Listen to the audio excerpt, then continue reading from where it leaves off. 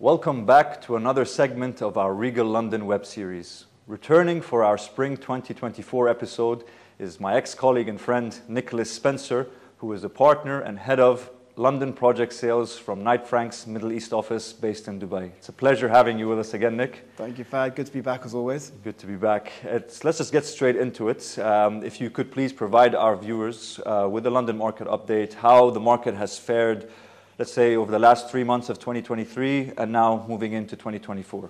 Yeah, of course. So, I mean, it's no secret that there's been some economic headwinds over the course of the last 12 months, and that sort of built to a head, I think we saw towards the end of last year, and we all sort of went into the Christmas period with a little bit of trepidation as to how 2024 would unfold. But fundamentally, the London markets remained very resilient, as it usually does. We've seen demand up by about 8%. We've seen a bounce in sales in 2024 by 13%. Okay. And if you look at the prime central London market over the course of the last 12 months, where everybody was predicting that it would be one of the hardest sectors to be impacted, we've actually seen prices rise by about 3.8%. So despite the tumultuous conditions, we've got some really positive success stories to speak of in 2024. No, it's very positive, and I guess it's just from our experience being in the market as well for the past, 15 years, it just shows London is always going to be very resilient. It is the strongest property market in the world, and I know you mentioned that in your multiple wealth reports that you send out. Yeah. But we can just move on to the trends from this region. Have the trends in terms of buyer demographic, in terms of buyer behaviors changed? Are people looking from the Middle East? Are people looking at investment or end use, off-plan, completed properties? How has the buyer behaviors been in the past year? Yeah, so I mean, from our perspective, irrespective of the economy, the cornerstones that make the London market in particular attractive haven't shifted or gone anywhere. So the likes of culture, history, in this instance, education is a vital component that attracts international and foreign investment. And from our perspective, we've seen anecdotally a lot of sales recently leaning towards that educational desire. Families buying for their children whilst they're being educated through the university systems. And they often approach us saying, look, I'm buying for my daughter or son to live in, but also can you please steer me on something that's going to have some level of performance over the next 5 to 10 years from an investment standpoint as well. So from our perspective, I would say probably 75% of our demographic are end users, but nearly all of them are looking with a nod to the performing side of the real estate as well. They want to make sure that they're making a good investment. Exactly. They don't want to lose any money, of course. So, of course. And ultimately, they don't want to take advantage of that long-term performance, which of course London is renowned for. Fine. So if we look at where people should be putting their money in within London, talk about where the key investment hotspots in the city. Where should buyers from this region be looking at, whether they're buying for themselves or buying for investment or both, like you mentioned? Where should they be targeting? So London, as we know, is essentially a city of villages. There's lots of hotspots all over the place, but I think two that have jumped out from the investment standpoint recently, Brent and Wembley. Within Brent has been a market that has been outperforming the rest of West London, with gross yields peaking at around 6% in the secondary market in particular. But again, it's just a nod to the undersupply in that area and how popular the demand is becoming for the likes of Wembley. And then a bit of a curveball, and again linked to undersupply, the city of London, which has been performing very well, with again gross yields peaking just above 6%.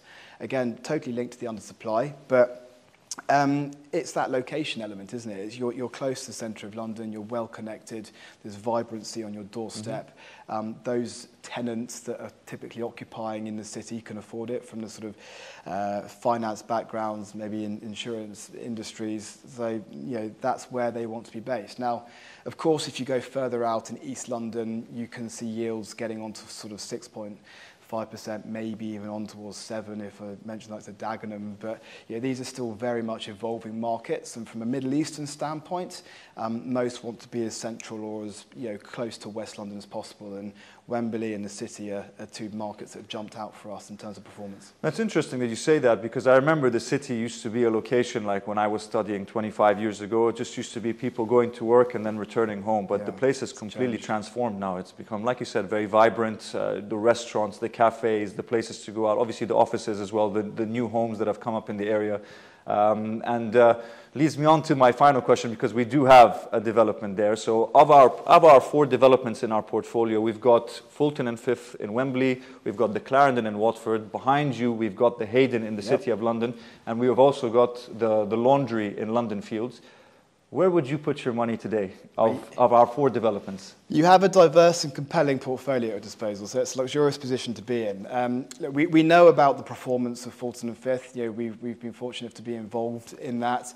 And as I mentioned earlier, we are seeing people leaning towards completed options as well. In fact, I don't know if I did mention that earlier, but people are leaning towards completed options because of the narrative of the economic market at the moment. People want to make quicker decisions and move in as quickly as possible based on tangible facts. And the Hayden is obviously going to be a product that this year will yield that and provide that. But from my perspective, it's actually the Clarendon that I would put my money in. You've got close access into the centre of London, 20 minutes away. You've got a vibrant lifestyle at your disposal. Set back from London, so you've got that element of escapism as well. But most of all, it gives you the best bang for buck. It's the cheapest entry point with one of the best yields. And I just think it's a golden combination. So for me, it would be the Clarendon that I would go for. Oh, I take your point on that. The council is investing 1.5 billion over the next 10 to 15 years. They've had the expansion of the new shopping centre, new business park. They've got planning permission now for a brand new hospital, 1,000-bed hospital. They're refurbishing Watford Junction Station, which is just a 5-minute walk. The Clarendon is called the Clarendon because it's on Clarendon Road. You've got all the businesses there, PwC, KPMG, Ralph Lauren, TK Maxx. So you've got a massive tenant demand as well to come move into the building. Although we are completing on this building in September, there are still another 35,000 homes coming up within the town of Watford as well. So you're essentially not even phase 1. This is like day 1 of a massive, regeneration scheme that's coming up. So the potential for upside here is going to be huge. And it's a very good one for investment. I take your point on that. Well, thank you, Nick. Thank you for your time today and for providing an update for our viewers in the region. Catch up. If you have any questions or require any additional information about any of the 4 developments within our portfolio, Fulton and Fifth in Wembley, the Clarendon in Watford, the Hayden in the City, and the Laundry in London Fields, please see our contact details in the caption below. Thank you very much. Thank you, Nick. Thank you, Fahd.